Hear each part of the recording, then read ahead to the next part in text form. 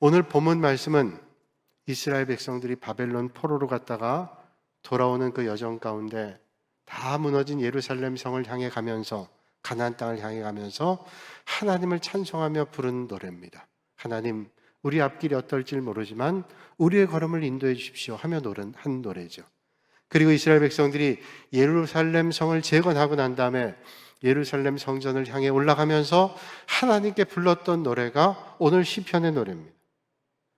하나님은 이스라엘 백성들을 광야 생활할 때 졸지도 않고 주무시도 않으면서 돌봐주셨습니다. 무사히 인도하시고 영원까지 인도하시겠다고 말씀하시죠. 우리 인생도 나그네 인생길 같습니다. 때로는 앞길이 보이지 않을 때도 있고, 강도를 만나는 일도 있고, 짐승이나 여러 가지 어려움을 만날 때도 있습니다. 그러나 그 어려움 가운데도 하나님은 우리를 버리지 않고 우리의 걸음을 인도해 주신다는 거죠. 오늘 말씀 전에 이런 말씀의 전제가 있습니다. 내가 산을 향하여 눈을 들리라. 나의 도움이 어디서 올까? 나의 도움이 천지를 지으신 여호와에게로소다. 나의 도움이 어디서 오냐? 천지를 지으신 하나님에게로부터 온다라고 하면서 오늘 우리가 읽은 본문 말씀 4가지를 얘기합니다. 그 하나님께서 어떻게 돌봐주시는가? 우리로 실족하지 않게 하시고, 낮에 해가 상하지 않게 하시고, 밤의 달도 해치지 않게 하시고, 모든 환난에서 면하게 하시고, 영혼을 지켜주시고, 우리의 출입을 영원까지 인도해 주신다는 거예요. 누가?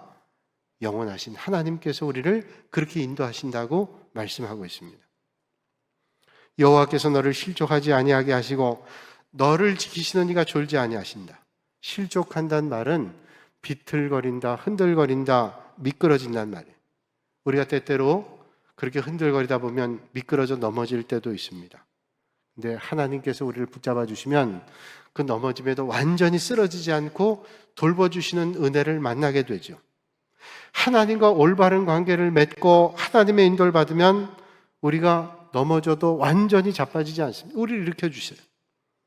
그 하나님께서 우리를 인도하시기 때문에 여러분, 오늘 이 자리에 나올 때 흔들거리는, 비틀거리는 실족의 길을 만난다 할지라도 오늘 이 아침에 우리를 붙잡아 주시고 세워주시는 하나님의 은혜가 여러분들을 인도해 주시기를 원합니다. 남편과 일찍 사별한 어머니에게 딸 하나가 있었습니다. 그 어머니는 어머니로부터 아주 귀한 걸 유산으로 받았는데 믿음이에요. 이 믿음을 유산받은 어머니가 딸 하나를 키우면서 힘겹지만 믿음으로 잘 이겨냈습니다. 딸 하나를 잘 양육했어요. 어느덧 딸아이가 잘 자라서 이제 사랑하는 사람을 만나서 결혼하게 됐습니다. 결혼을 앞둔 몇 날 전에 이 어머니가 딸아이를 불렀습니다. 내가 그동안 너를 키운다고 애를 썼지만 내가 너에게 제대로 해준 것도 없고 그래서 늘 미안한 마음뿐인데 결혼 앞둔 너에게 내가 정말로 소중한 거 하나를 좀 선물하고 싶다. 그렇게 얘기하는 거예요. 평소에도 어려웠던 어머니가 그리고 최선을 다하는 거 알고 있었지만은 뭐 그렇게 마땅히 할 것이 없다고 생각했는데 어머니가 가장 소중한 선물을 하고 싶다는 거예요.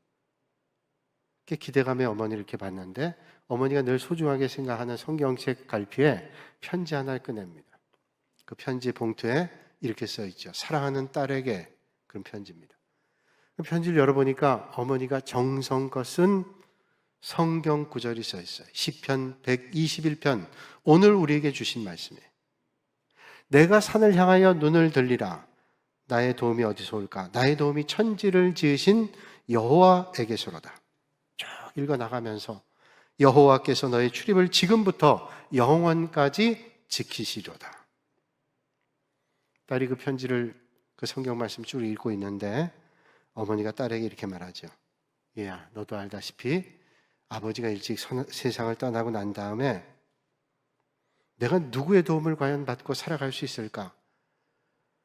어떻게 내가 이 아이를 잘 키우며 살아갈 수 있을까? 그런 생각하면서 하나님 앞에 기도하고 또 기도했는데 그때 하나님께서 내게 주신 응답이 바로 이 말씀입니다. 그리고 지금까지 내 인생 살아오면서 나에게 필요한 모든 것들이 예외 없이 하늘과 땅을 창조하신 하나님께로부터 왔단다. 따라 이제 내가 시작하는 결혼 생활이 언제나 평탄한 길만 있지 않을 것이고, 때로는 걸려 넘어질 수 있는 장애물을 만날 수도 있을 것이고, 여러 가지 힘든 일도 만날 거예요. 그러나 너를 지켜주시는 하나님께서 졸지도 아니하시고 주무시도 아니하시고 너를 지켜주신다. 이거 꼭 기억해라. 낮과 밤이 끊임없이 교차하는 네 결혼 생활에 네가 감당해야 될 무거운 짐도 있을 것이고 상처받은 일도 있을 거예요. 그러나 네 걸음을 인도하시는 하나님을 꼭 의지해라. 도움은 하나님께로부터 온다. 그런 말을 했어요. 여러분, 많은 사람이 인생길을 걸어가면서 어떻게 누구에게 도움받으며 살아갈까라는 질문을 해요. 내가 누구 도움받으며 살까? 이 힘든 삶을 어떻게 살까 생각합니다. 여러분, 그 질문에 대한 대답을 오늘 주님은 주고 계세요. 내 도움은 하늘과 땅을 창조하신 주님께서 온다. 주님께로 온다. 이 사실을 잊지 않으시는 여러분들이 되시기를 바랍니다. 한번 예수님의 제자들이 갈릴리 바다에 배를 타고 갔습니다. 깊은 곳까지 갔습니다. 그런데 갑자기 광풍이 불어옵니다. 보통 바람이 아니에요. 미친 듯이 큰 바람이 불어칩니다. 배가 흔들거리기 시작하고 배 안에 물이 들이치기 시작합니다. 그들이 갈릴리 바다를 경험한 사람들인데 너무 큰 파도가 치고 바람이 불고 물이 들이치니까 두려워서 아우성칩니다. 그런데도 주님은 얼마나 피곤하셨는지 깊은 잠에 빠져 계세요. 예수님을 깨워 흔들죠. 주님, 죽게 생겼습니다. 그래서 주님께서 일어나셨어요. 보니까 파도가 치고 배로 물이 들이찹니다. 상황을 보시고 주님께서 말씀하죠. 바다를 향해서, 파도를 향해서, 바람 향해서 꾸짖습니다. 잠잠하라. 광풍에 불어오던 바다가 잔잔해지고 배에 들이친 물들이 멈추죠. 그리고 나서 예수님께서 제자들에게 뭐라고 말씀하십니까? 너희 믿음이 어디 있느냐? 주님께서 바다를 잠잠하게 하시고 난 다음에 묻기를 네 믿음이 어디 있느냐고 묻고 있습니다. 여러분, 우리의 믿음이 어디 있을까요? 어려움 만날 때, 힘겨운 일 만날 때, 절망과 좌절의 순간 만날 때 물어보세요. 내 믿음이 어디 있는지. 여러분, 배에 바람이 불고 파도가 치고 물이 들어올 때 지식이 무슨 소용일까요? 물질이 무슨 소용일까요? 권세가 무슨 소용일까요? 아무 쓸모없을 때 있습니다. 오직 전능하신 하나님만이 힘이 될 때가 얼마나 많은지 몰라요. 여러분, 진정 도움을 줄 수 있는 분은 누굴까요? 여러분, 절박한 상황 가운데 있을 때, 도저히 어떤 능력으로 해결할 수 없을 때 도움이 어디서 올까요? 목사님, 무슨 말씀하세요? 내 육신의 질병 가운데 있을 때 좋은 의사가 나를 치료해 주지 않겠어요? 예, 좋은 의사가 우리의 병을 치료해 줍니다. 그런데 의사분이 치료할 수 있는 질병도 있지만 치료할 수 없는 질병은 더 많습니다. 그때 우리의 삶의 걸음을 누가 인도해 주실까요? 인생이 할 수 없는, 도저히 극복할 수 없는 문제를 만날 때가 있습니다. 1945년 7월 28일 해방되기 얼마 전이죠. 2차 세계대전 때 미국의 순양함인 인디애나폴리스호가 극비리의 비밀 임무를 마치고 복귀할 때, 아주 극비 작전이었기 때문에 당국에서도 몇 사람만이 알고 있는 극비 작전이었어요. 그런데 이 작전이 첩보가 일본에 알려졌어요. 그래서 일본의 잠수함이 그 순양함에 어뢰를 쏴가지고 배가 침몰하면서 300명이 수장됐어요. 그리고 그 배에 있었던 900명은 다행히 배에 부유물을 잡고 떠 있었습니다. 그런데 워낙 극비 작전이었기 때문에 구조대가 출발해 오는 동안 4일이 걸렸어요. 4일 동안 600명이 죽었습니다. 추위와 두려움과 공포와 몰려오는 상어떼에 의해서 600명이 죽었어요. 316명이 살았습니다.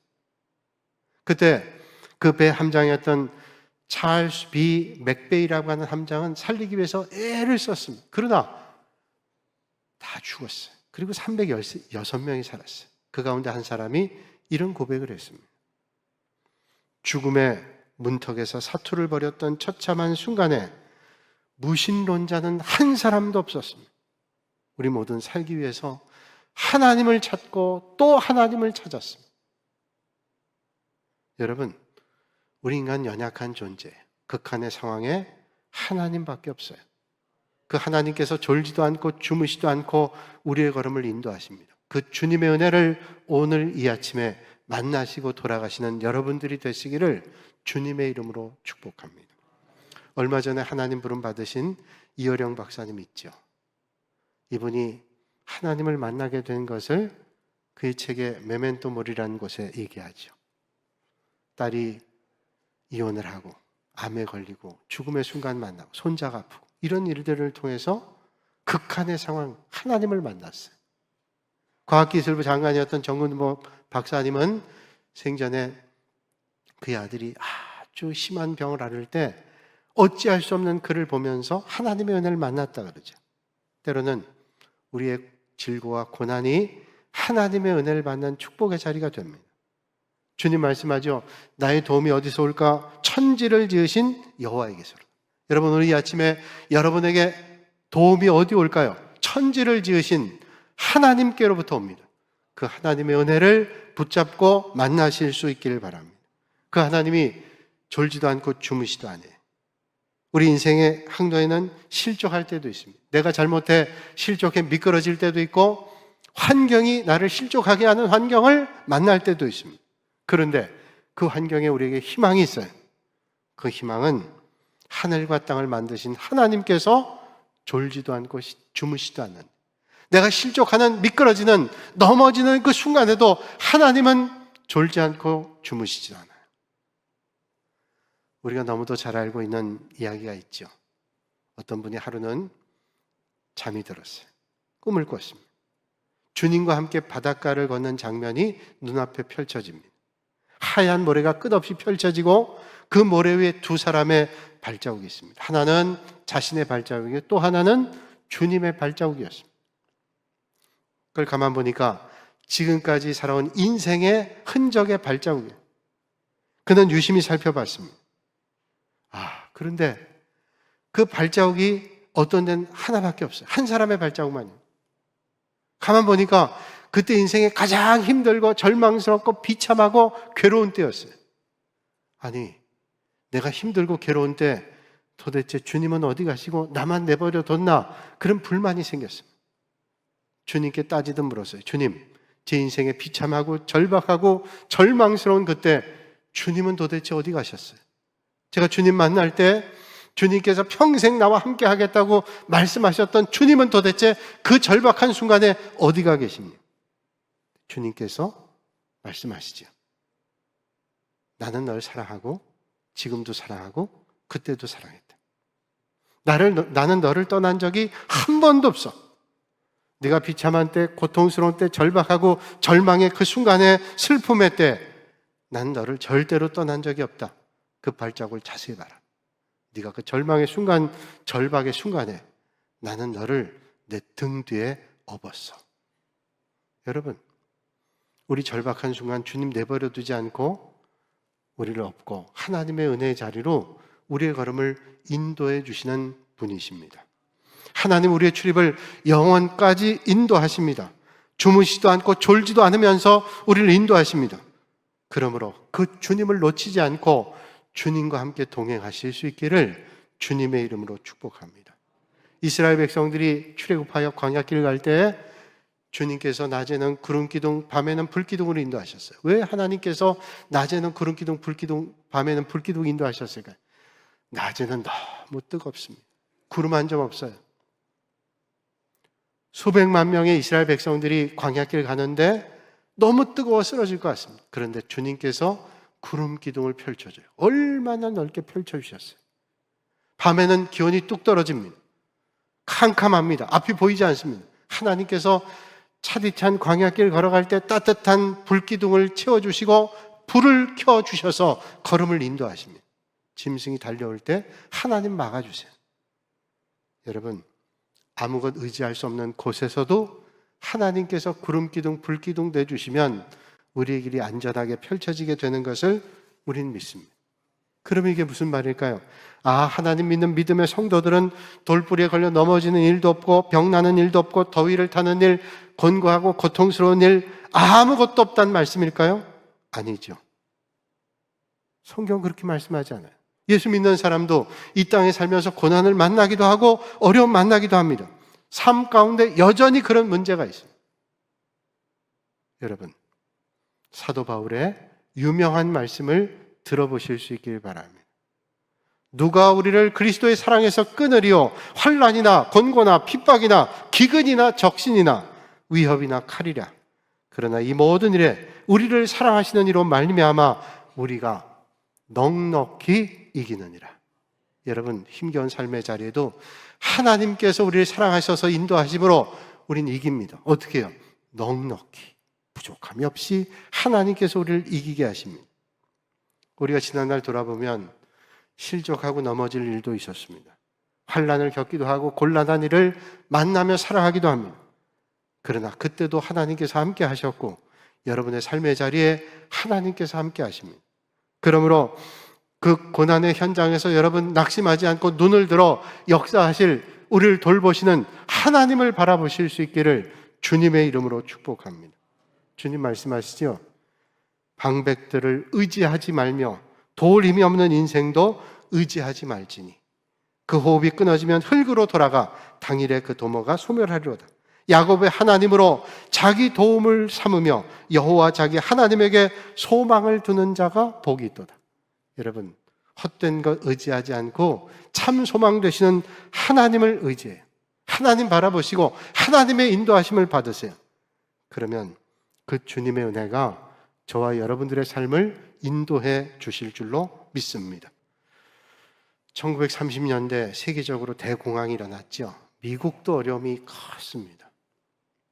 이때는 사업하는 사람들이 할 수가 없어요. 건축하는 사람 어려울 때 보면 건물을 안 짓는 게 남는다, 그런 말도 들은 적이 있어요.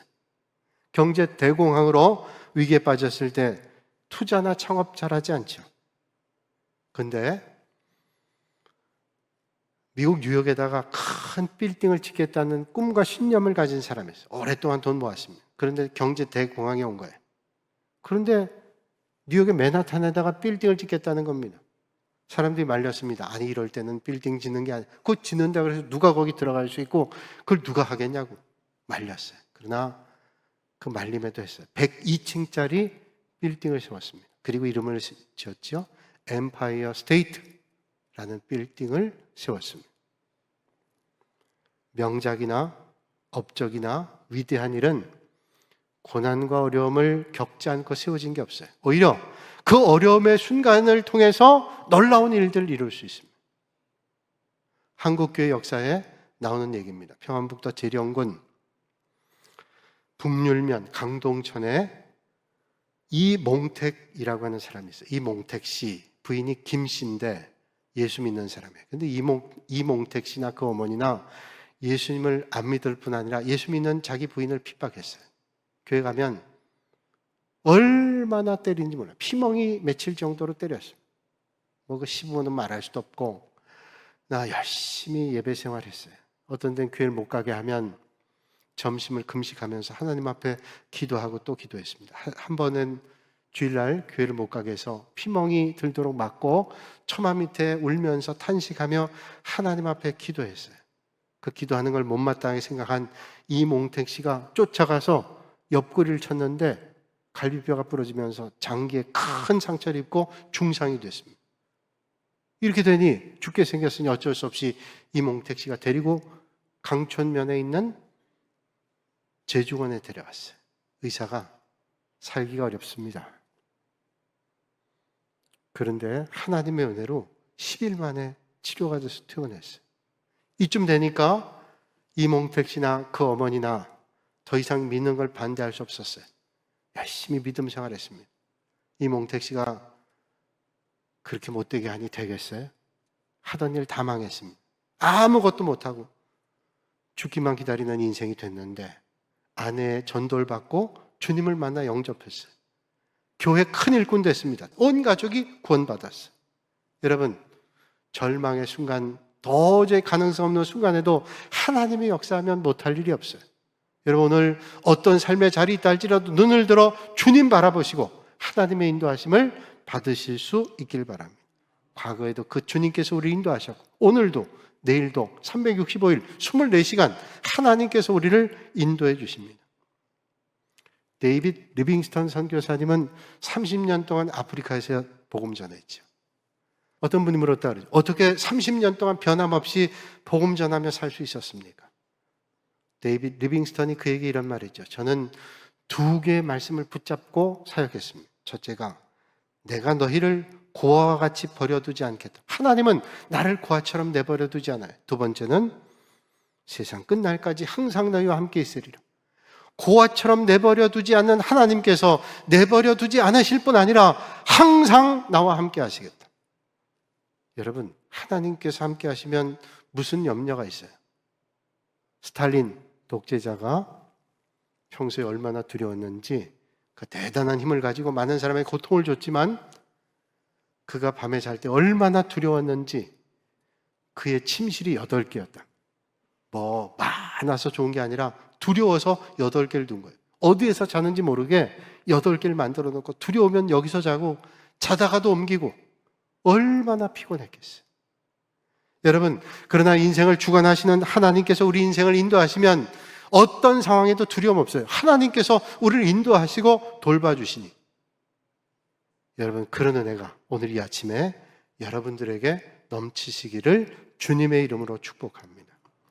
1899년에 영국의 대형 여객선인 스텔라호가 사우스 햄프턴 채널 제도를 지내다가 암초에 부딪혀가지고 금방 물에 빠졌어요. 여러분, 배가 보통 암초에 걸려도요 몇 시간은 버팁니다. 근데 2개 암초가 양쪽에서 치니까 금방 배에 물이 차가지고 금방 빠졌어요. 구조대가 왔는데 14시간 걸렸습니다. 14시간 동안 많은 사람들이 죽었어요. 그러나 한 사람이라도 살리기 위해서 구조대가 이것저것을 뒤적거리면서 찾는 거예요. 소리를 질러요. 인기척이 없는. 한참을 헤맸는데 어디서 찬송 소리가 들립니다. 가만히 귀 기울여 보니까 찬송 소리가 들려요. 다가갔습니다. 암흑 같은 차디찬 바다 위에 조그만 널판지 같은 곳에 12사람이 매달려서 찬송을 부르고 있어요. 그 찬송을 부르게 했던 사람은 영국의 유명한 오페라 가수였던 당대의 크레타 윌리엄스라는 사람. 거기 12명의 여자가 함께 찬송을 불러 기진맥진한 목소리로 찬송 불러 구출했어요. 나중에 물었습니다. 아니 어떻게 거기서 기력도 없는데 그렇게 찬송했습니까? 크레타 윌리엄스가 제안을 했대요. 우리의 삶의 걸음을 인도하시는 분은 하나님입니다. 죽음의 순간에도 하나님께 찬양하십시다. 그 찬양의 소리가 하나님의 은혜를 만나게 했어요. 사람이 마음으로 자기의 길을 계획할지라도 그 걸음을 인도하시는 분은 여호와이시다. 우리가 어떤 걸음을 계획한다 할지라도 우리의 걸음을 인도하시는 분은 하나님이세요. 그 하나님 앞에 우리의 걸음을 맡기시고 인도함을 받으실 수 있길 바랍니다. 이스라엘 백성들이 미스바 광장에서 하나님 앞에 부르짖을 때 막강한 블레셋 군대가 무너지고 아말렉이 무너졌어요. 절박한 상황 가운데 하나님 앞에 기도했던 히스기야 왕에게 하나님께서 15년 생명을 연장해 주시고 하나님께서 은혜를 베풀어 주셨습니다. 여러분, 우리의 능력이 내 손에 있지 않습니다. 하나님께 있습니다. 오늘도 그 하나님의 은혜가 여러분의 삶의 자리에 있기를 바랍니다. 우린 때때로 인생의 광야길을 만나기도 합니다. 그러나 그 광야길에도 하나님이 함께 계세요. 그냥 함께 계시는 게 아니라 졸지도 아니하시고 주무시도 아니하시면서 우리를 돌봐주십니다. 그 주님께서 오늘 이 아침에 저와 여러분들에게 말씀해 주고 계십니다. 여호와께서 너희 출입을 지금부터 영원까지 지키시리로다.